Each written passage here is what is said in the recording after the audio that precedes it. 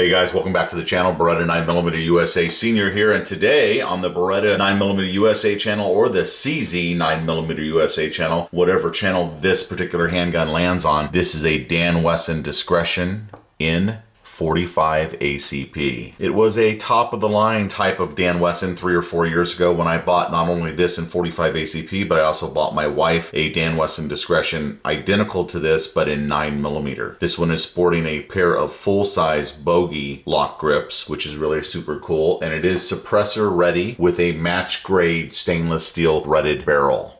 As you can see right there. It is serrated on the top to knock down glare. You have a thread protector right here. There's a look at the bushing and the cap. It is all set up for lights and lasers or anything else that you might want to add to the pistol. Beautiful rail. And right here, it has a state-of-the-art match-grade trigger that's made by EGW Gunworks. It is a flat profile, as you can see right there, and you can also notice how thick that trigger is right there. It has straight serrations going back and forth from left to right, and then it has one straight serration going down the exact middle of the trigger from top to bottom. It's the only one I've seen like that. It is a solid trigger, and it's got some cuts in it for decorations and whatnot through the body of the trigger. But you can tell it is not hollow, it is solid.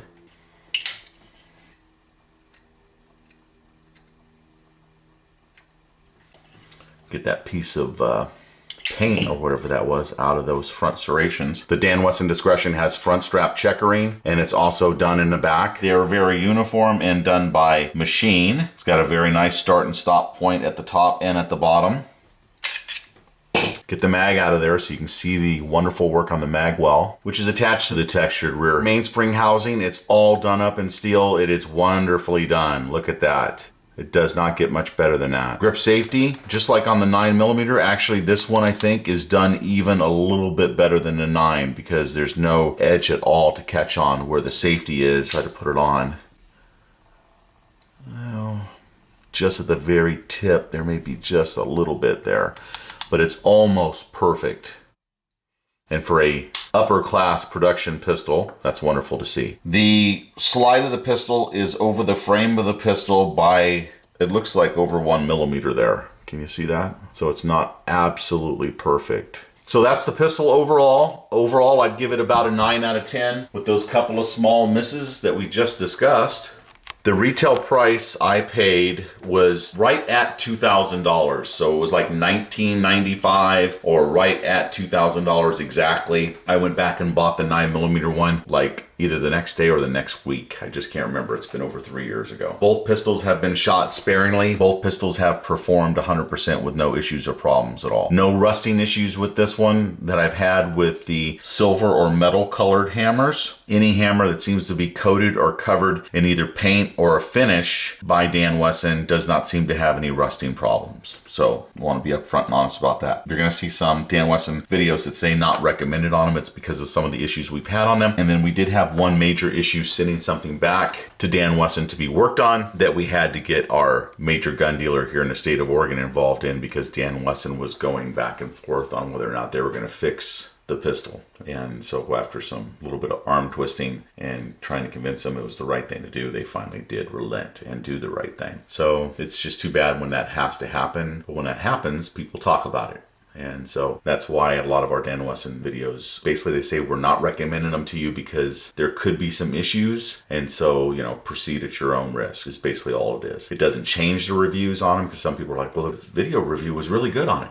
Well, it was a really good pistol, but there may be some other issues that are involved with the company and stuff like that. So we don't want to suggest that all of our 200,000, 250,000 subscribers go buy a gun from somebody that may give them problems. And then they come back to us and say, well, you told me, you know, Springfield took good care of their customers. Well, Springfield Armory does take good care of their customers, as far as I know. You know, Spardella custom 1911s are great 1911s, as far as we know. We've had one and done lots and lots of shooting and comparisons with it. It's fantastic. We're going to try to get our hands on another one to do some more follow-up and some more reviews. So that's kind of how we run the channel. And then once we find out if there's issues or problems or we're not treated very well, then we want to make sure that we say that. And it's not to be spiteful or get back at a company, but it would be irresponsible of us not to be 100% honest with our 250,000 subscribers.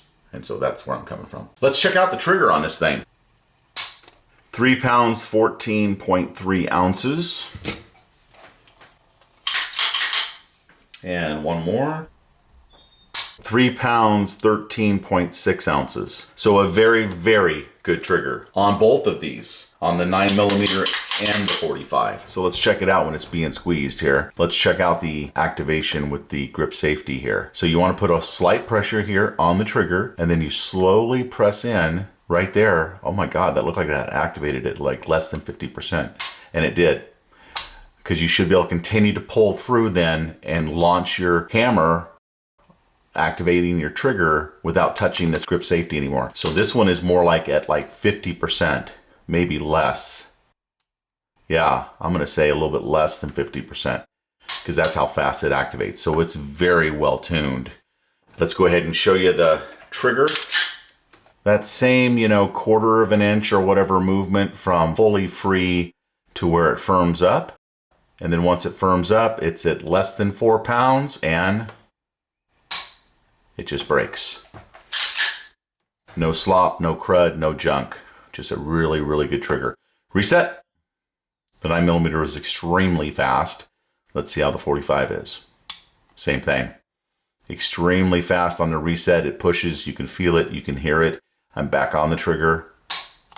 Fantastic. One of the best triggers on a 1911, period. Did I want to cover anything else? It's suppressor ready, match grade barrel. Yes, yes. Straight 8 sights. All forged parts, guys. No mem and no cast on almost all of these Dan Wessons. So again, that's where they equal stuff like Spardella Arms and Wilson Combat and those type of pistols. Very, very well made with the forged parts. It does have a countersunk slide stop right over here to prevent lefties from pushing that out where it takes the pistol out of battery. So that's always a nice thing to have right there, and it's a quality step to include in your overall pistol package. Anything else? We talked about the camo LOK Grips. If you guys like grips at all, please go over to LOK Grips and check them out. They're one of our supporters on Patreon. Anybody that supports us on Patreon, you guys are going to be helping us get ammo to do shooting reviews, and we're even thinking about maybe just doing 10 shooting reviews and putting them on the Patreon channel. So those of you that are interested in shooting reviews and stuff, come support us on Patreon, and that's where those videos are going to go, is on the Patreon channel to show our support. Most of all the videos go to Patreon first. That's another thing that we do, and we appreciate those guys' support, so we want to get them the first looks on the videos. Lastly, it looks like it's just how positive is the safety. So let's check it out. It is only for a righty. Very positive and loud and not easy at all to put on. There was a guy that sent a message in on one of my 1911 videos recently. He said he's been shooting 1911s for over 30 years and it's always just gone straight forward with his thumb and has never accidentally put a safety on. On a 1911 like this, that would be very easy to do. So if you're one of those guys that likes that and does not like to ride thumb over safety, my suggestion is, and it's only a suggestion, it doesn't have to be this way, but find one that's a little snugger like that, a little snuggie, and go ahead and use that snuggie one and have it off that way. I would just feel a little bit better about not accidentally activating it. Myself, just out of creature comforts and stuff, I always just ride it right over the top. It's part of my presentation. My thumb is over top of it, ensuring that it's off. So, all right guys, that's it for this video. Thanks for watching the video. Remember to like, share, and subscribe to our channel here on YouTube, the Beretta 9mm USA channel and the CZ 9mm USA channel. For more guns and gear videos coming up in the future, please hit the thumbs up button, guys. It costs you absolutely nothing. I know we watch videos and we forget to do that. I mean, I even watch videos and go back to it and play the video again as I'm hitting the thumbs up button, because I do know it plays into the algorithm somewhere. Plus it shows support for the channel and the people that are making the content. So appreciate the thumbs up. Please come to Patreon. We've got plenty of room for more people on Patreon. And again, if you're looking forward to the shooting videos and most every video, they're all going to go to Patreon first. So Patreon's only like a $5 sign up or something like that. So come on over and support us. We'll see you over there. Until the next video, guys, you all stay safe and we'll see you real soon. Remember, your Second Amendment is worth protecting.